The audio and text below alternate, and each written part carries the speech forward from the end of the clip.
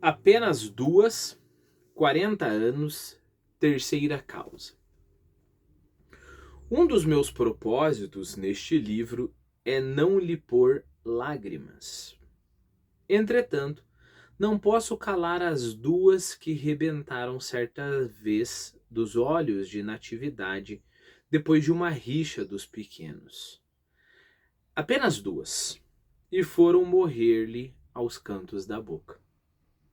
Tão depressa as verteu como as engoliu, renovando às avessas e por palavras mudas o fecho daquelas histórias de crianças.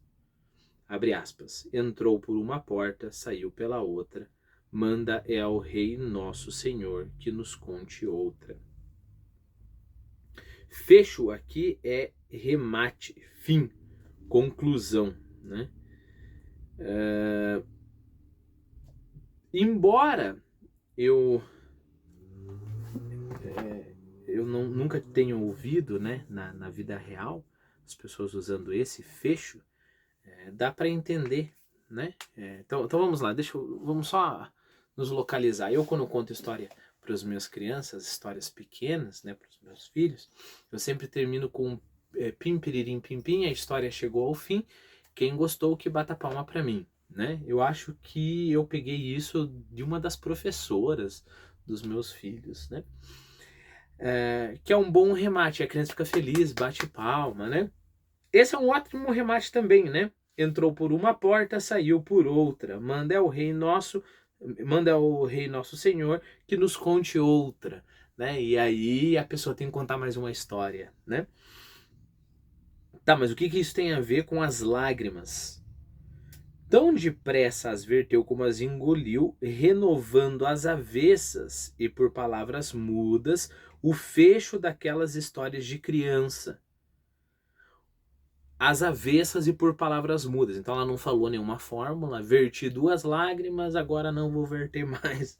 E é às avessas porque aquelas duas lágrimas, ao contrário das histórias, não chamaram outras e outras e outras e outras. Foram as duas e pronto. Tá, e aqui o próprio narrador vai nos explicar, né? Por palavras mudas, o fecho daquelas histórias de crianças. Entrou por uma porta, saiu pela outra. Manda ao Rei Nosso Senhor que nos conte outra. E a segunda criança contava a segunda história, a terceira, a quarta, até que vinha o fastio e o sono, né? Amei imaginar um monte de criança, cada um contando uma história. Ao final, entrou por uma porta, saiu pela outra. Manda ao Rei Nosso Senhor que nos conte outra. A próxima criança conta, né? Até caindo no sono. Pessoas que datam do tempo em que se contavam tais histórias afirmam que as crianças não punham naquela forma nenhuma fé monárquica, manda é o rei que se conte outra. Fosse absoluta, fosse constitucional. Era um modo de ligar o seu decamerão delas, herdado do velho reino português, quando os reis mandavam o que queriam e a nação dizia que era muito bem. Esse tempo em que o El-Rei manda e as pessoas obedecem e pronto. Não é o caso do Brasil do Machado de Assis aqui, não é o caso do Brasil do Machado de Assis, do nosso narrador, né? O nosso imperador, ele é o poder moderador, então ele interfere pouquíssimo. Ele não pode chegar para uma pessoa na rua e falar, olha, você vai fazer isso. Tanto é que Dom Pedro e sua filha, Princesa Isabel, eram contra a escravidão. E o máximo que a Princesa Isabel podia fazer assim era esconder, dar abrigo para os escravos escondidos que fugiam de algumas fazendas ali. E o Dom Pedro, eu acho que alforriou todos os escravos que trabalhavam para ele, alguma coisa assim, né? Mas ele não podia chegar para uma pessoa e falar, ó, você não, vamos acabar com a escravidão agora e pronto. Tanto é que quando tentou fazer, acabou caindo na monarquia, né? Decamerão. Decamerão é uma coisa, é um livro bem, bem interessante. Então nós estamos falando do Giovanni Boccaccio. Ele viveu ali no século XIV. Duas coisas são interessantes pelo sobre o Giovanni Boccaccio. Primeiro é que ele foi o primeiro especialista em Dante. O Dante veio um século antes dele, né? Então, só para você ter uma ideia, ó, o Dante viveu de 1265 a 1321, né? O Giovanni Boccaccio, nem um século, viveu de 1313 a 1375, né? Então eles acabaram estando vivos, embora um criança e o outro já terminando a vida, né? Por que isso é importante? Porque a Divina Comédia, na verdade, no começo ela chamava simplesmente comédia, né? Comédia.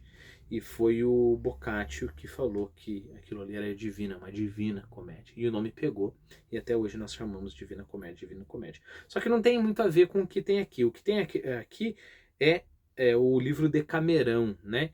Lembre-se que Decamerão, o enredo é assim, né? Existia lá uma peste assolando toda Europa, e eu acho que aí 10 jovens se isolam num castelo e durante 10 noites cada um conta uma história, né?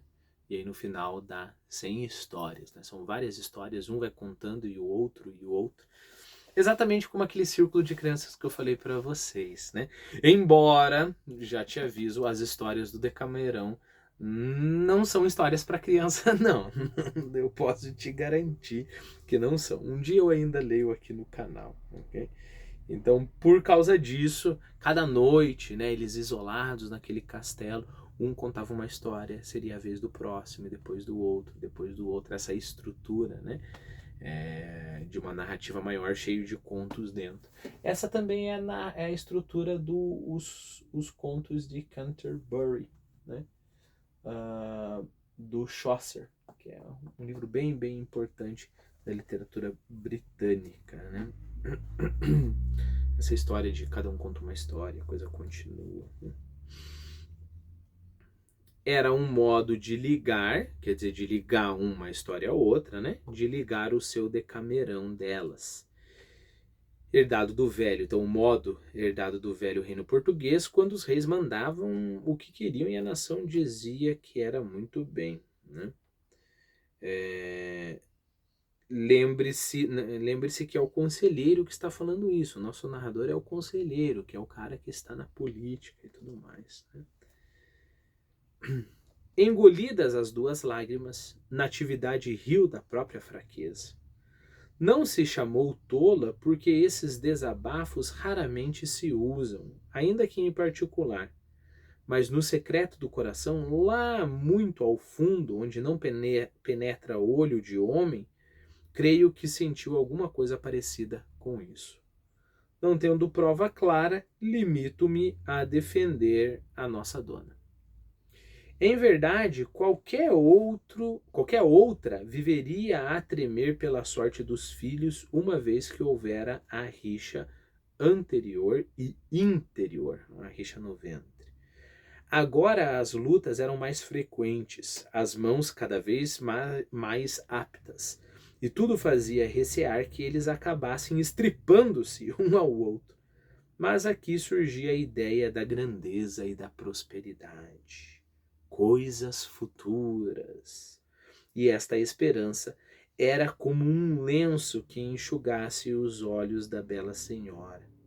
As sibilas não teriam dito só do mal, nem os profetas, mas ainda do bem, e principalmente dele. Com esse lenço verde enxugou ela os olhos, e teria outros lenços se aquele ficasse roto ou enxovalhado. Um, por exemplo, não verde como a esperança, mas azul como a alma dela. Ainda lhes não disse que a alma da Natividade era azul. Aí fica. Um azul celeste, claro e transparente, que alguma vez se embrusca, raro tempestuava e nunca a noite escurecia.